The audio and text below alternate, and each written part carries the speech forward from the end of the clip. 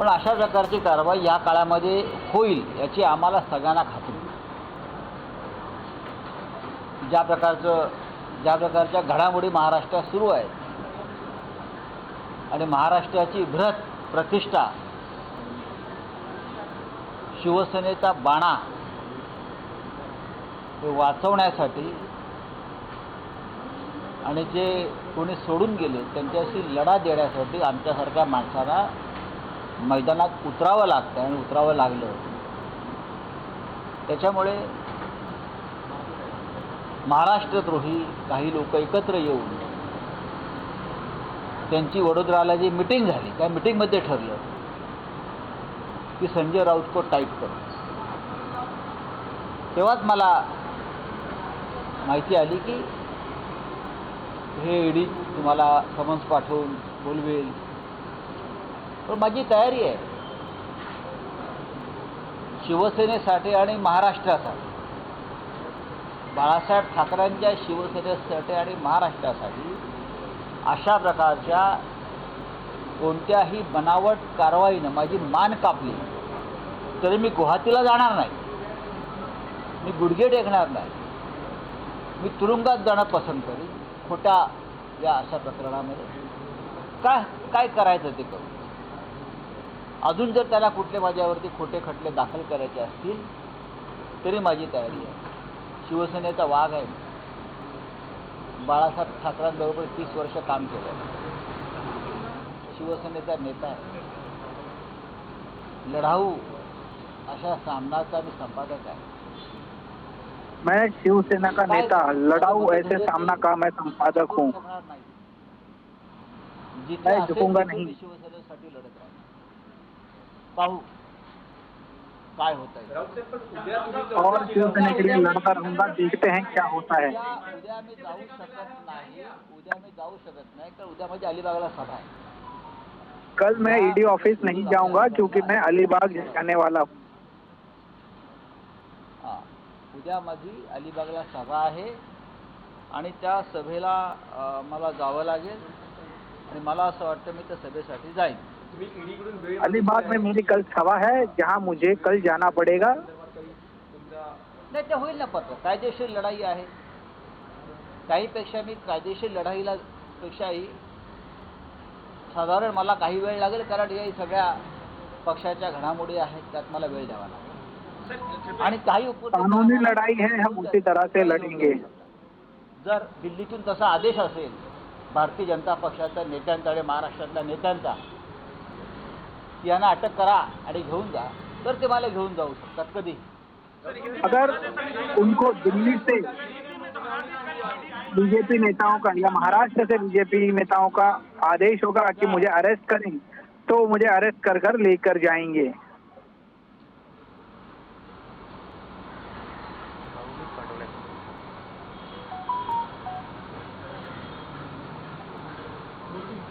हो गए.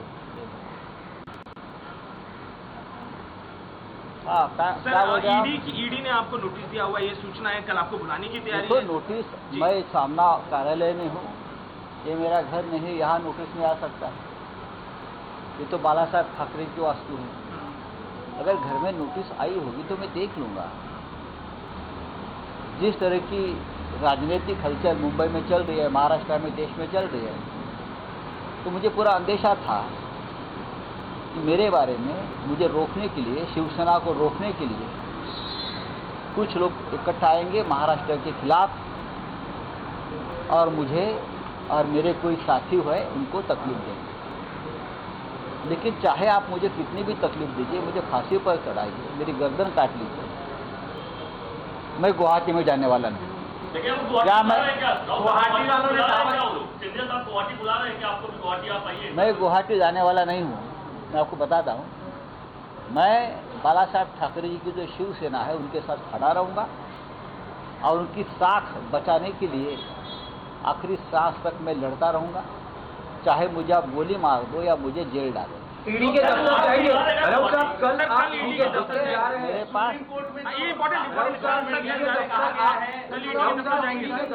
कल मेरी अलीबाग में सभा है और भी सभाएं मैंने शेड्यूल की है पार्टी की तरफ से.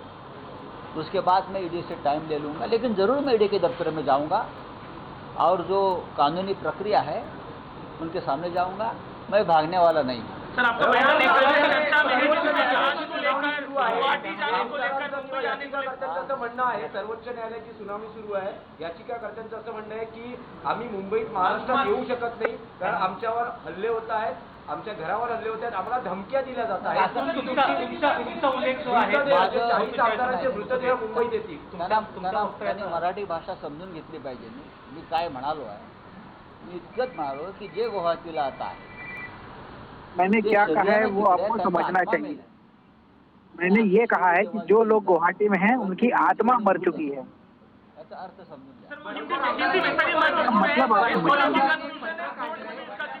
हिंदी में बताइए सर, क्या बोला था कल आपने? नहीं कहा था सर, जो लोग 40-45 कितने भी हो जो गुवाहाटी में है उनका ज़मीर, उनका आत्मा मर चुका है, और जिनका आत्मा मर गया होता है उनका सिर्फ शरीर रहता है, उनका कोई फ़ायदा नहीं होता, कोई वजूद नहीं होता।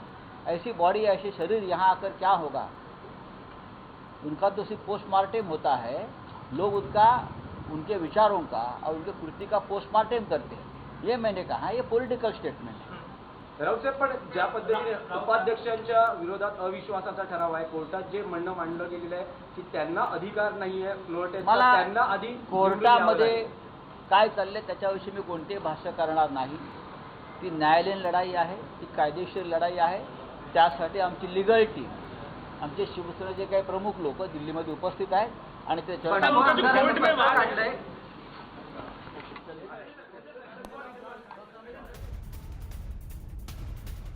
मुझे फांसी पर चढ़ा दो, मैं गुवाहाटी नहीं जाने वाला, संजय राउत सामने आए और उन्होंने ये सारी बातें कही। प्रेस को संबोधित करते हुए उन्होंने कहा कि आखिरी सांस तक मैं लड़ता रहूंगा। संजय राउत का बयान आया, कानूनी प्रक्रिया का सामना करूंगा, भागने वाला नहीं हूं, ये सारी बातें कही हैं। और उन्होंने ये भी कहा है कि वो कल ईडी ऑफिस नहीं जाएंगे, कल वो अलीबाग में एक कार्यक्रम की वजह से वहीं उपस्थित रहेंगे, तो वो ईडी ऑफिस नहीं जाएंगे। ये सारी जानकारी संजय राउत ने प्रेस के सामने आकर दी है। बीजेपी का ऑर्डर है तो ईडी मुझे गिरफ्तार करे, संजय राउत ने कहा है।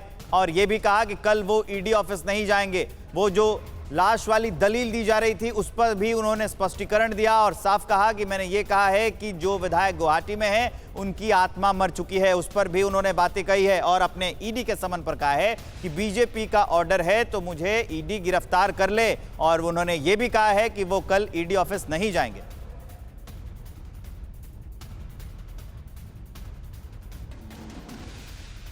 दीपेश हमारे संवाददाता इस बारे में और ज्यादा जानकारी दे रहे हैं। दीपेश, तो इसको महाराष्ट्र की और शिव सैनिकों की लड़ाई करार दे दिया गया है, महाराष्ट्र और शिव सैनिक पर हमला करार दे दिया गया है।